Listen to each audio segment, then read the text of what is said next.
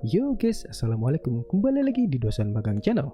Di video kali ini, kita akan latihan soal SKB, Formasi Promosi Kesehatan dan Ilmu Berlaku berdasarkan FRL bulan Desember tahun 2024. Sebelum lanjut, subscribe dulu buat yang belum dan nyalakan loncengnya agar tidak ketinggalan video terbaru dari channel ini. Kalau sudah, langsung aja kita ke latihan soal. Let's go! Tapi sebelum lanjut, kita akan rekomendasikan ke teman-teman platform bimbel CPNS yang proper, lengkap, dan tentunya up to date di bisacpns.com. Di Bisa CPNS, kita bakal dapat banyak latihan soal seperti SKD, SKB CPNS, sampai core values BUMN.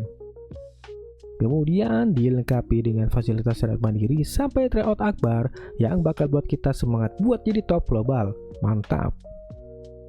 Kemudian punya forum diskusi dengan para alumni Bisa CPNS yang sudah lulus dari ASN, tips dan trik, dan modul serta kisi-kisi yang bakal membantu banget buat kita belajar mendalami materi. Coba kita cek langsung ke platformnya.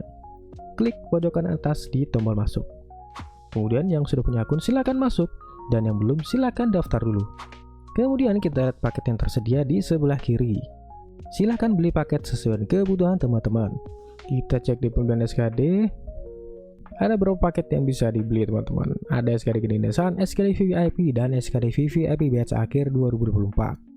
Kalau kami rekomendasikan sekalian ambil VVIP karena kita bakal diberi akses ke rekaman Zoom, masih diskusi dengan bareng mentor yang bakal lebih memperdalam dan mempertajam materi pembelajaran. Dan jangan lupa gunakan kode voucher dosen magang untuk mendapatkan potongan harga sebesar 20.000 guys. Tunggu apa lagi? Buat yang berminat, silahkan cek link di deskripsi ya guys. Kita lanjut. Soal nomor 1. Apa yang dimaksud dengan metode SMART dalam promosi kesehatan? A. Sebuah metode untuk menilai efektivitas kampanye promosi kesehatan. B. Metode yang digunakan untuk menilai tujuan promosi kesehatan berdasarkan kriteria tertentu. C. Teknik pengumpulan data untuk survei kesehatan masyarakat. D. Prosedur medis untuk meningkatkan kesadaran masyarakat tentang kesehatan. E. Pendekatan berbasis komunitas untuk melibatkan masyarakat dalam promosi kesehatan.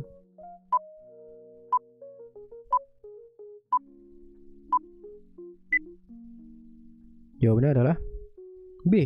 Metode yang digunakan untuk menilai tujuan promosi kesehatan berdasarkan kriteria tertentu. Kita lihat pembahasannya. Metode SMART adalah kerangka kerja yang digunakan untuk menetapkan tujuan spesifik, terukur, dapat dicapai, relevan, dan berbatas waktu.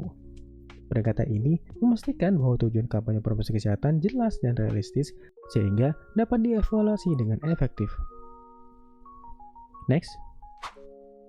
Soal nomor 2. Apa arti dari huruf S dalam metode SMART? A. Sustainable. B. Strategic. C. Specific. D. Systematic. E. Social.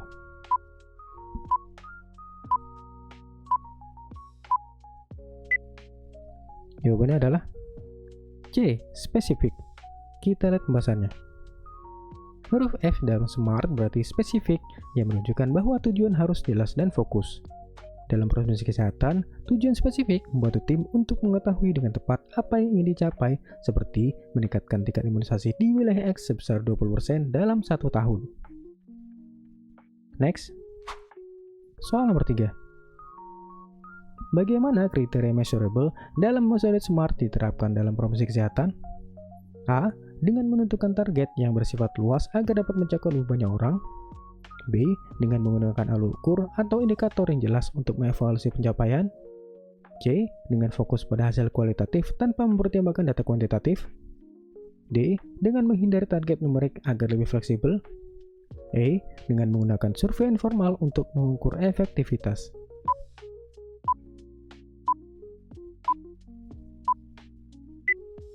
Jawabannya adalah B. Dengan menggunakan alat ukur atau indikator yang jelas untuk mengevaluasi pencapaian. Kita lihat bahasanya. Kriteria measurable atau terukur dalam SMART berarti tujuan harus dapat diukur menggunakan indikator tertentu. Contohnya, tingkat penurunan prevalensi merokok sebesar 10% di wilayah tertentu dalam jangka waktu 1 tahun. Next. Soal nomor 4. Mengapa kriteria achievable penting dalam menetapkan tujuan promosi kesehatan? A. Untuk memastikan tujuan dapat dicapai dengan sumber daya yang tersedia. B. Agar tujuan menjadi lebih ambisius dan menantang. C. Untuk menyederhanakan proses tanpa perlu evaluasi mendalam. D. Untuk menghindari keterlibatan pihak eksternal dalam promosi kesehatan. E. Supaya tujuan tetap relevan untuk semua audiens tanpa batasan.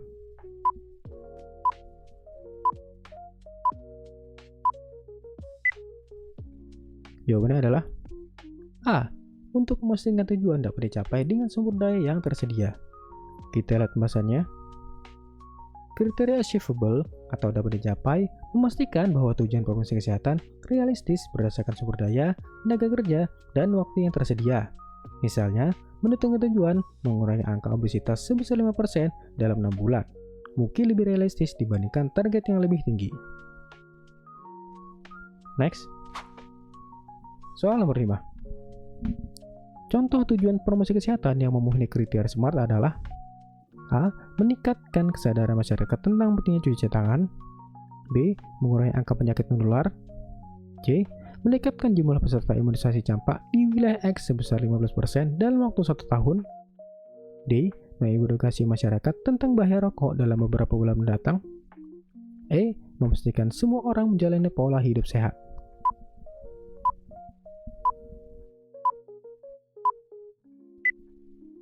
Jawabannya adalah C. Meningkatkan jumlah peserta imunisasi campak di wilayah X sebesar 15% dalam waktu 1 tahun. Kita lihat pembahasannya.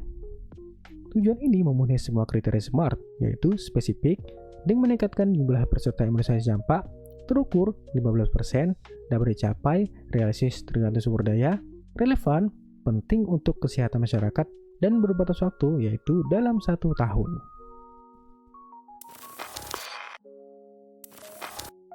Oke guys, jadi itu dia contoh-contoh latihan soal yang sudah kita kerjakan.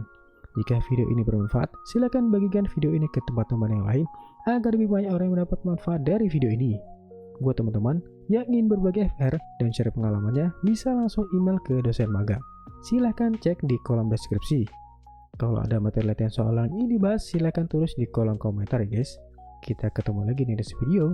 Assalamualaikum.